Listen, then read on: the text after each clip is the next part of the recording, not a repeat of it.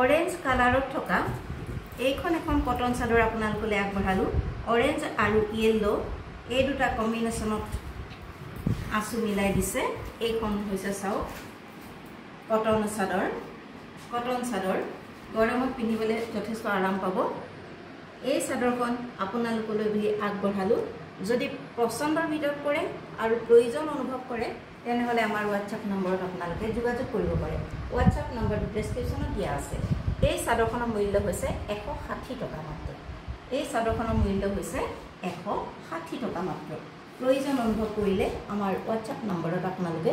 যোগাযোগ কৰিব পাৰে চাদৰখনৰ মূল্য হৈছে মাত্ৰ 160 টকা